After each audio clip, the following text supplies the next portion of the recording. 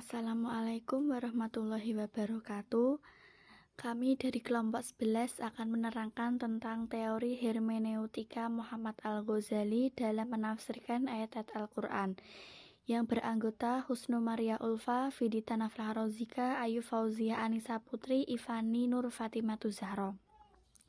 Langsung saja biografi Muhammad Al-Ghazali. Nama lengkapnya Muhammad Al-Ghazali bin Ahmad As-Saqo. Tempat tanggal lahir di Nakla Al-Inab pada tanggal 5 Dzulhijjah 1334 Hijriah atau 22 September 1917. Riwayat pendidikan beliau di Ma'had Al-Din, sekolah dalam naungan Al-Azhar, Madrasah Sanawiyah di yayasan yang sama, Universitas Al-Azhar. Wafat beliau pada Sabtu tanggal 19 Syawal 1416 Hijriah atau pada tanggal 9 Maret 1996 Masehi. Biografi Al-Ghazali memiliki peran sebagai pendakwah. Selain itu, beliau juga banyak terjun di dunia pendidikan dan kebudayaan. Beliau pernah menjabat sebagai wakil kementerian di Mesir. Beliau juga banyak berkontribusi di bidang pendidikan, yang mana beliau ditempatkan menjadi dosen di beberapa universitas di Jazirah Arab. Pemerintahan Aljazair juga memberikan bintang terhormat tertinggi, yakni penghargaan Al-Atsir kepada dalam pendidikan dakwah.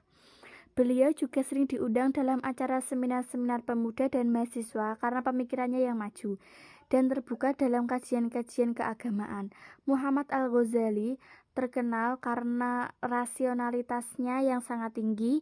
Ide-ide yang dituangkan Muhammad Al-Ghazali selalu bersifat objektif dan didasarkan pada Al-Quran dan hadis, serta keahlian dan profesionalisasinya dalam kajian ilmiah membuat diskusi di semua kalangan. Selain di bidang kebudayaan dan pendidikan, Al-Ghazali juga seorang aktivis dakwah dan juga penulis yang produktif. Buku yang ditulis ada banyak dan mencakup berbagai bidang. Selain buku, beliau juga sering menulis berbagai artikel dan majalah. Al-Quran menurut Muhammad Al-Ghazali, Al-Quran merupakan kitab komprehensif yang bersumber dari peradaban umat Islam. Ia menganggap bahwa peradaban Islam berada di dalam Al-Quran. Al-Quran sebagai sumber hukum serta pembentukan karakter dan moral. Dalam hal ini, Al-Quran menjadi pedoman untuk norma-norma keagamaan seperti yang telah dicontohkan oleh Nabi Muhammad SAW. Al-Quran menurut syariat ilmiah yang jika dikaji secara mendalam akan membentuk suatu peradaban Islam yang luhur. Metode penafsiran Al-Ghazali. Muhammad Al-Ghazali dalam menulis kitab tafsir menggunakan metode maudhu'i atau metode tematik. Dalam penafsiran ini beliau mengambil dua bentuk kajian tematik, yakni tafsir maudhu'i umum dan tafsir maudhu'i surah. Muhammad Al-Ghazali memberikan batasan khusus untuk mengguna ra'yu di dalam penafsiran. Mampu melihat Al-Quran dari segi dielak bangsa Arab, disandarkan pada hadis-hadis yang sahih dan menjauh hawa nafsu, mengetahui asbabun nuzul ayat dan penempatan nasoh sesuai realitas kehidupan. Penafsiran tiba bertentangan dengan Al-Quran. Melihat rasional di antara arti, makna, dan lafalnya tiada bertentangan. Pemanfaatan kegiatan ilmiah dan pengetahuan yang ada di dalam masyarakat untuk mengkaji ayat-ayat dan ayat tersebut dapat diteliti landasan umumnya untuk penghargaan pada suatu kajian pemikiran. Selanjutnya, teori hermeneutika filosofi kontekstual Muhammad Al-Ghazali. Teori hermeneutika yang digunakan Muhammad Al-Ghazali di dalam penafsirannya memiliki kemiripan dengan teori hermeneutika milik Gadamer, yakni teori hermeneutika filosofis.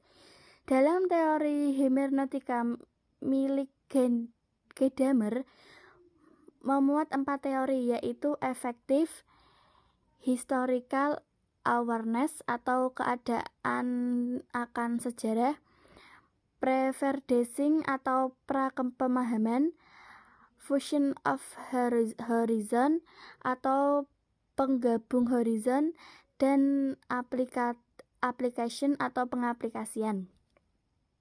Meskipun di dalam penafsirannya ditemukan adanya rasionalisasi penafsiran yang terkesan subjektif, akan tetapi di dalam pengimplementasiannya Al-Ghazali tetap mempertahankan sisi objektivitas dalam melakukan penafsiran.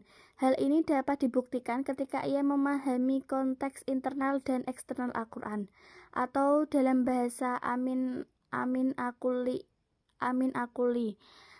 Ia menyebutkan dengan terma fi Al-Quran dan mahaul Al-Quran. Contoh penafsiran hermeneutika Muhammad Al-Ghazali, penafsiran surah Al-Baqarah. Dalam penafsiran surah Al-Baqarah, Al-Ghazali hanya menulis tafsirnya terdiri dari 15 halaman saja. Hal ini disesuaikan dengan tujuan penafsirannya yang sederhana dan ringkas. Pertama-tama, ia menjelaskan kondisi yang melatar belakangi turunannya surah tersebut. Ketika Nabi tengah membangun pondasi masyarakat Islam pertama di Madinah, beberapa ayat di dalam surah Al-Baqarah mengungkapkan sikap orang Yahudi terhadap ajaran Islam dan sikap mereka terhadap Nabi terdahulu. Bagian ini menunjukkan bahwa Al-Ghazali mengungkapkan konteks eksternal di dalam ayat tersebut. Penafsiran surah Al-Baqarah. Isi bahasa di dalam surah Al-Baqarah cukup panjang membahas tentang orang-orang Yahudi ini